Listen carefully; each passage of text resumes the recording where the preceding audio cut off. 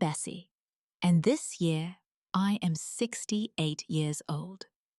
For 40 years, I built and nurtured my husband's dream, a small lakeside resort, into a hidden gem called the Lakeside Manor. I thought I had seen everything until the day of my beloved granddaughter, Ella's wedding. That was the day my daughter-in-law, Chloe, decided to throw me, the actual owner of the place, out. Before I tell you the story of how a silence can hold more weight than a scream, I want to know where you are. Have you ever felt yourself becoming invisible within your own family? If you want to hear how a quiet woman reclaimed her place, please hit like and subscribe. This story is for anyone who has ever been underestimated.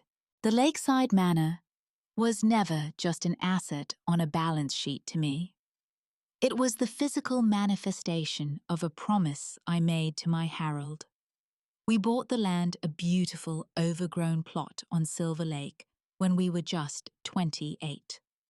We had more dreams than dollars. He saw a future, I saw the work. And for 4 decades, we were partners in every sense.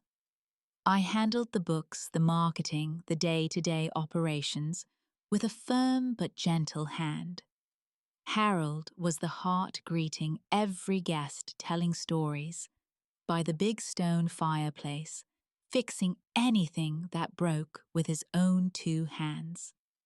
When he passed a quiet 7 years ago now, a part of this place seemed to fade with him.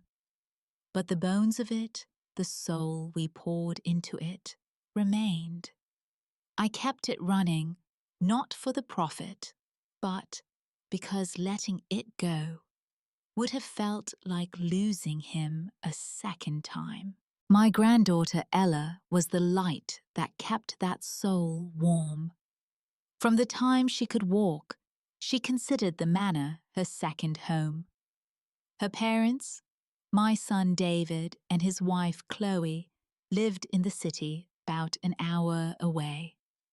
They visited, but it was Ella who begged to stay with Grandma Bessie for whole weeks in the summer. We had our rituals, making strawberry jam from the patch out back, her small hands careful with the sugar, sketching the birds that came to the feeder outside the kitchen window. She would sit on a stool beside me at the front desk, her legs swinging, pretending to check in imaginary guests. She called it practicing. I called it joy. Chloe was different from the start. David met her at a corporate training seminar. She was sharp, ambitious, beautifully dressed. I welcomed her, of course. What mother wouldn't want her son to be happy? But I sensed a distance. Our world of homemade pies and canoes by the dock seemed quaint to her, maybe even a little embarrassing. She never said it, but it was in the way she'd brush a speck of dust from the sofa, or suggest we order in sushi instead of eating my pot roast. She spoke of brands and image. Harold and I had built a reputation on personal touch, not an image. I always swallowed my pride. I told myself it was a generational thing. I told myself the important thing was that David loved her. And he did so completely, that he seemed to fold his own preferences into hers over time. The strong, opinionated boy I raised became a man who deferred, who sought peace by avoiding any ripple.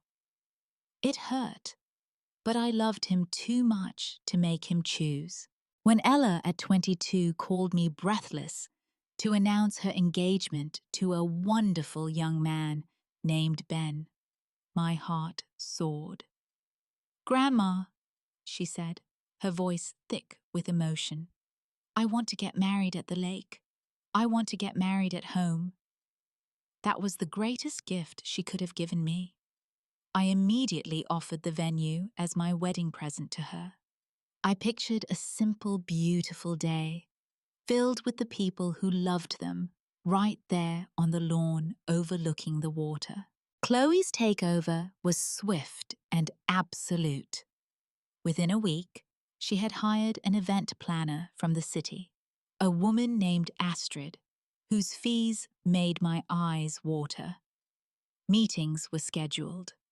I was invited to the first one, held in our usually cozy main lounge, that suddenly felt too small for Astrid's large portfolio and Chloe's even larger expectations. I listened as they discussed thematic cohesion, custom floral installations, and a bespoke cocktail hour. I gently mentioned that our longtime gardener Sam grew incredible native flowers and that our bartender Leo made a mean old-fashioned. Chloe smiled a thin, patient smile. Oh, Bessie, that's sweet. But for something this important, we need real professionals.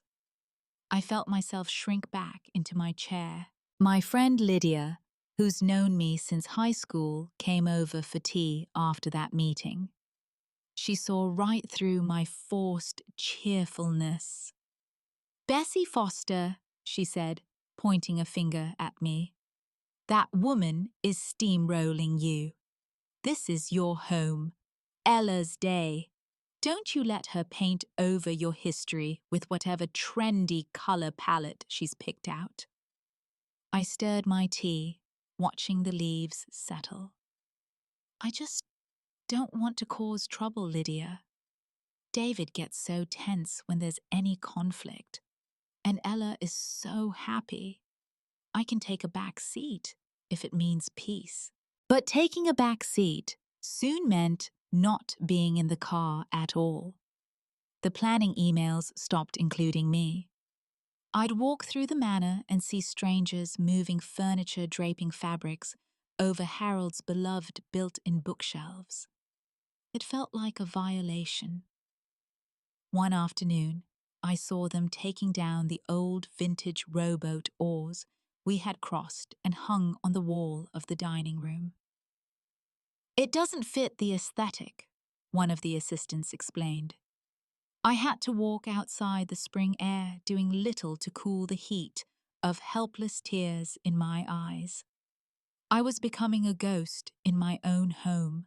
The final blow came in an email with the subject line, "Final guest list and seating chart for approval." My name was not on the primary guest list. It was in a small note at the bottom. Bessie Foster, guest of groom's family, table 12. Table 12 was at the very back, near the kitchen doors. A flush of pure, hot humiliation crept up my neck. I called David. David, honey, there seems to be a mistake with the guest list. What mistake, Mom? He sounded distracted. My name. It's not with the family. Oh, right. Chloe mentioned that. She said it's to avoid confusion with the waitstaff, you know. Since you'll be there anyway, helping things run smoothly. It's just a formality. A formality. To list the owner and grandmother of the bride as a guest of the groom's family. I could hear the echo of Chloe's logic in his words. She had convinced him this was a sensible, even thoughtful administrative detail. My protest died in my throat. Arguing would only put him in the middle, and he would inevitably side with Chloe to end the discomfort. I see, I said, my voice small. Okay, but something in me, the part that had built a business from the ground up with Harold, the part that had negotiated with suppliers and soothed disgruntled guests That part finally stirred from its long slumber. I would not make a scene, but I would not disappear. I went to find Marcus. Marcus had started as a summer dishwasher when he was 16. Now, at 41, he was my right-hand man, the de facto manager of the Lakeside Manor. He had Harold's way with people and my eye for detail. I found him in the office going over invoices. "Marcus, do you have a moment?" "Always for you, Bessie," he said, swiveling in his chair. His kind eyes took me in, and I knew he saw the strain I was trying to hide. The wedding for Ella. I began choosing my words carefully. There seems to be some confusion about my role. I want to be very clear. I will be attending my granddaughter's wedding. I will be sitting where I am placed. But I am entrusting you with ensuring the day is perfect for her. Our staff, our standards, regardless of any external directions. Can you do that for me for Ella? He didn't ask a single question. He simply nodded, his expression turning grave and understanding. Consider it done. This is your house, our house. It will run as it always has. The loyalty in his voice was a balm.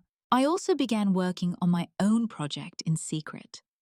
I pulled out the old photo albums from the very top shelf of the office closet. Dust motes danced in the lamplight as I opened the first one.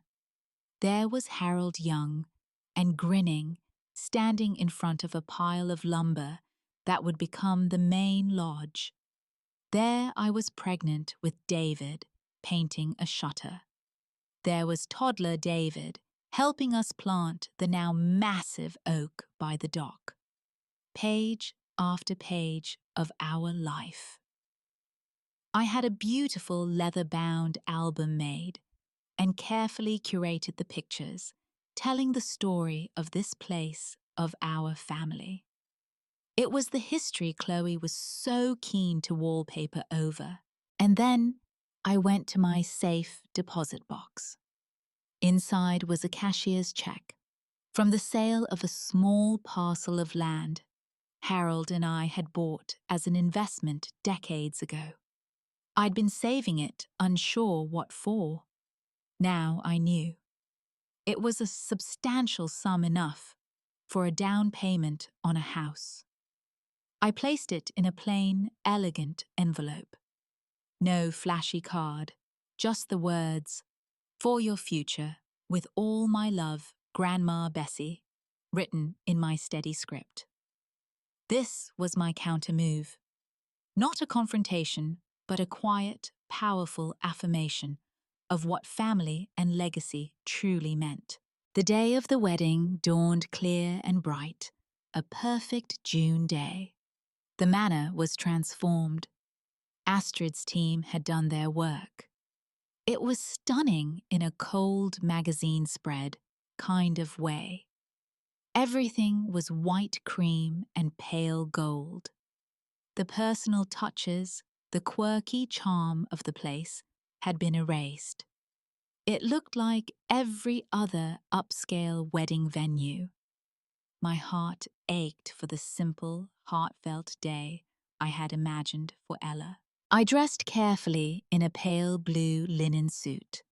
It was stylish but understated. The color was Harold's favorite on me. I felt his presence as I fastened the simple pearl necklace he'd given me for our 10th anniversary.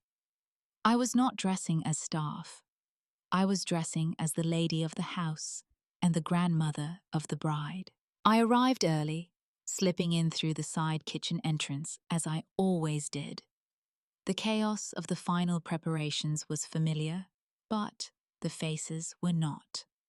I made my way to the bridal suite, where I found Ella, a vision in her sleek, modern gown.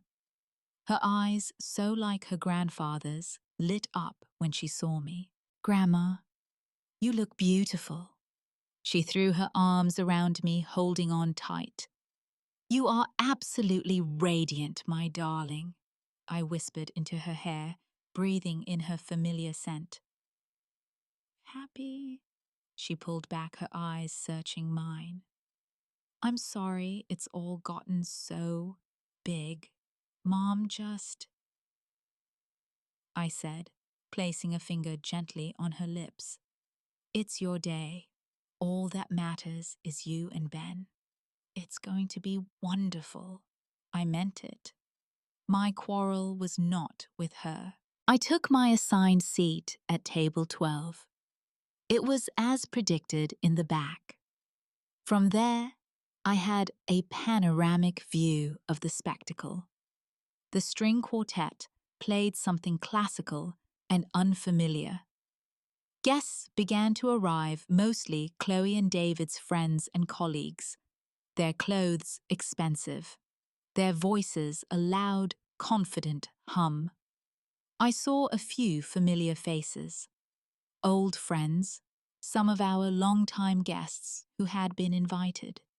They spotted me and their expressions flickered with surprise and confusion. One couple, the Wilsons, who'd been coming for 20 years, came over. "Bessie, what are you doing back here?" Martha Wilson asked, hugging me. "Just enjoying the view," I said with a genuine smile. "This is some party," Tom Wilson said, looking around with a slightly bewildered air. "Doesn't much feel like the old lakeside, does it?" "Change is inevitable, Tom," I said diplomatically. But we shared a look that said we both missed the old place terribly. I watched Chloe work the room. She was in her element, a champagne flute in hand, laughing a little too loudly, directing people with sharp little gestures. She looked triumphant. This was her production. David trailed behind her, smiling stiffly, adjusting his tie every few minutes. He caught my eye once and gave a weak, apologetic wave. I smiled back, hoping it looked reassuring. The contrast was profound.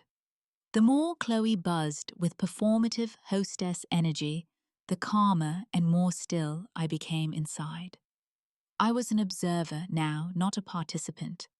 And from this vantage point, I saw everything with a terrible clear clarity. This wasn't about Ella. This was about Chloe. My quiet presence, especially in this ignored corner, was a silent testament to something she couldn't control. And it was clearly eating at her. I could see her glances darting toward me, her smile tightening each time. The stage was set, and she was about to make her biggest mistake. The ceremony was about to begin. Guests were being ushered to their seats on the manicured lawn overlooking the lake. I remained at my table, planning to watch from the veranda doors. As the crowd thinned, Chloe's eyes finally landed and locked on me.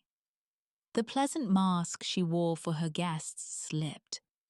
Her mouth formed a thin, hard line.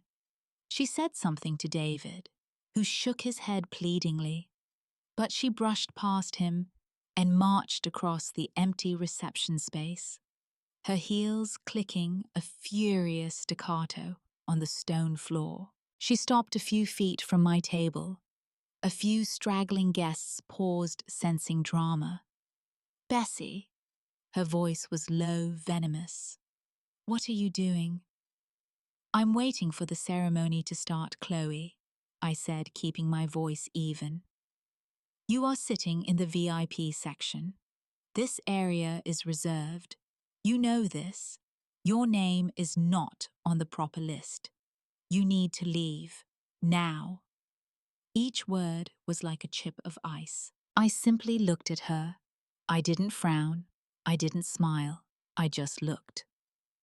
My silence was a void, and she rushed to fill it with more anger, her volume rising. "Do you understand? You are disrupting the seating plan. You are causing problems. I will not have you ruining Ella's day with your hovering." My continued quiet seemed to short-circuit her composure entirely. Her face flushed a deep, blotchy red. This wasn't going according to her script.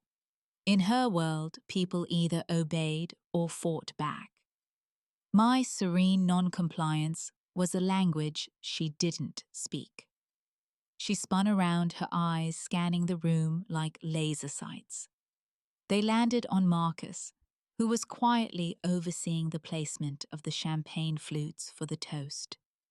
He stood with his usual calm authority. "Manager," she barked, the word echoing in the high-ceilinged room. "Get over here, right now." Every conversation stilled. The string quartet's music seemed to fade into the background. All eyes were on our little tableau. Marcus turned and walked toward us, his pace deliberate, not hurried. David had his face in his hands by the bar. Ella, standing at the veranda door in her wedding gown, looked like she might be sick. Ben held her arm, his face a picture of shock. Chloe pointed a perfectly manicured finger at me, her arm rigid with outrage. "There is an uninvited guest here causing a disturbance. I want her removed from the premises immediately, and I demand to speak to the owner of this establishment. I want him here now. I'm going to ensure he knows exactly how unprofessional his staff is in handling a high-profile event like this." The air was sucked out of the room. You could have heard a pin drop on the thick Persian rug. The hired event staff froze. Our own Lakeside Manor staff, who had been blending into the background, subtly straightened up. They looked at Marcus, then at me. There was no fear in their eyes, only a kind of wary anticipation. Marcus arrived. He didn't look at Chloe. He turned to me and gave a small, respectful dip of his head. "Mrs. Foster, my apologies for the disruption." Then he turned to Chloe. His voice was calm, clear, and carried to every corner of the silent room. "Ma'am, the owner of the Lakeside Manor is right here." He gestured gracefully, definitively toward me. "Mrs. Bessie Foster and her late husband Harold were the founders and sole proprietors of this establishment for 40 years. Any request to cancel the event or have a guest removed would be her decision and hers alone." The silence that followed was absolute, profound, and lasted a small eternity. Chloe's face underwent a horrific transformation.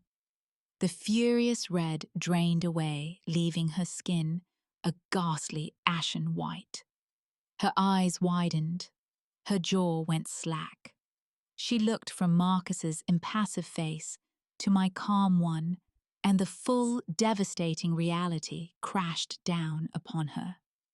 She had not only insulted the grandmother of the bride, she had publicly humiliated herself in front of everyone she was trying to impress, on the very stage she had built.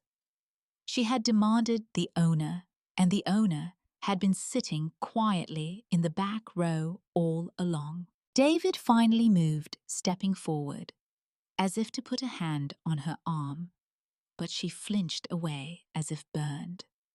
Ella let out a small, choked sob that was equal parts distress and something else, maybe relief.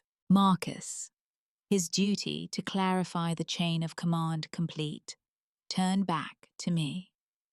His voice was softer now, but no less formal, laced with a deference that was both genuine and a powerful message to everyone watching. Mrs. Foster, per your wishes, shall we cancel the event immediately? In that suspended moment, a lifetime flashed before me.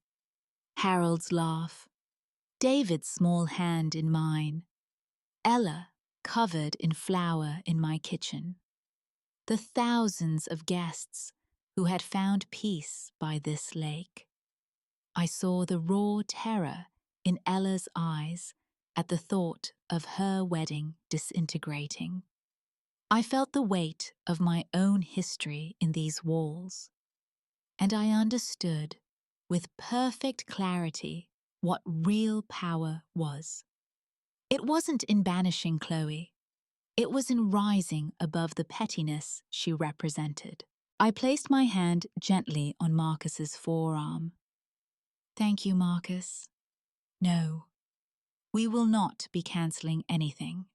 I stood up, smoothing the front of my suit jacket. I addressed the room, my voice not loud, but strong and warm, the voice I used to welcome guests for decades. Today is Ella and Ben's day. The celebrations will continue as planned. Then I turned to Chloe. I looked at her, really looked at her, not as a monster, but as a woman who had just utterly shattered her own facade. There was no gloating in my gaze, only a steady, unwavering certainty. Chloe, you were mistaken. This is not just a venue. This is our family's home.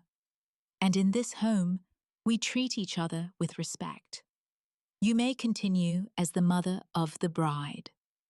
But, effective now, Marcus and my team will be overseeing the remainder of the event to ensure it reflects the true spirit of this place, warmth and welcome. I gave Marcus a small, almost imperceptible nod. He understood. He turned, and with a few quiet, efficient words to our veteran staff, a subtle shift occurred. The hired event specialists were gently but firmly sidelined. Our own people who knew where every light switch was, who knew how to make the old fireplace draw properly, who smiled with genuine warmth, took their places. The rigid, overly choreographed feeling of the event began to melt away, replaced by the easy, familiar rhythm of the lakeside manor. Chloe stood rooted to the spot for another long moment, then turned on her heel and walked stiffly toward the ladies' room, her shoulders hunched. David followed her, his head bowed. The spell was broken. Conversation slowly started up again, now hushed and buzzing with the incredible scene they had just witnessed. The string quartet, looking slightly confused, began to play again. What happened next was the quietest, most satisfying revolution. The wedding proceeded, but the atmosphere had fundamentally changed. The pretension was gone. When it came time for the toasts, David's was halting and emotional, filled with genuine love for Ella and a palpable, unspoken regret. When Ella stood up, she held my photo album in her hands. She spoke about love, about family, about roots. My grandparents built this beautiful place with their hands and their hearts. She said, her voice trembling but clear. It taught me what real love looks like. It's partnership. It's hard work. It's creating something lasting together. She held up the album. This is my most precious gift today, because this is where Ben and I start from. This legacy. She looked directly at me, her eyes shining with tears.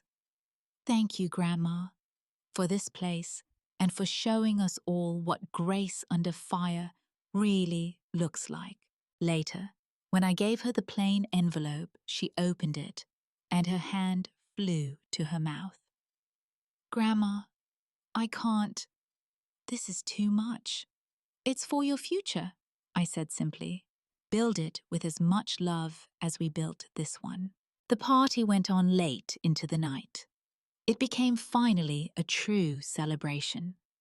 People laughed freely. They danced. The old rowboat oars were even found, and discreetly leaned against a wall near the bar, a small, silent reclamation. Chloe and David left early without fanfare. Ella didn't seem to mind. In the weeks that followed, David came to see me alone. He sat at my kitchen table, the same one where he'd done his homework, and cried. He apologized over and over for letting Chloe marginalize me for his own passivity. I didn't absolve him. "You're a grown man, David. Your choices are your own. My love for you isn't conditional, but my respect for myself is. Going forward, things will be different," and they were. I met with my lawyer. I established a trust. The lakeside manor would be placed into it, with Ella as the primary beneficiary upon my passing. The legal documents specified its operation must maintain its original character as a family-oriented retreat. It could never be sold to a hotel chain or turned into something Chloe style. It was my way of protecting Harold's dream and Ella's inheritance from any future whims. Chloe never offered a direct apology. Our relationship now exists in a state of distant, cautious civility. She treats me with a new, wary respect. The price of that respect was the permanent loss of any pretense of closeness, and I have made peace with that trade. Some bridges once burned are better left as ruins. They serve as a reminder of the terrain you've crossed. I sit on the porch now in Harold's favorite chair, looking out at the lake. The silence is no longer something I hide in. It's something I own. It's full of memory and peace. I learned that the highest form of strength isn't in winning the loud argument. It's in refusing to have the argument on their terms at all. It's in knowing your own worth so deeply that no one else's opinion can shake it. My act of defiance wasn't a shout. It was a calm statement of fact. And sometimes that is the most powerful sound in the world. What about you? Have you ever had a moment where staying silent was your greatest power? Have you had to reclaim your place in your own story? Share your thoughts in the comments below. I read every one. If this story of quiet strength resonated with you, please give it a like. It helps more people find these narratives. And if you want to join me for more real-life stories about family resilience and finding your voice later in life, hit that subscribe button and ring the notification bell so you won't miss the next chapter. Feel free to share this with someone who might need a reminder of their own worth. Thank you for listening, and remember, your history is your foundation. Never let anyone convince you to build your house on their shaky ground.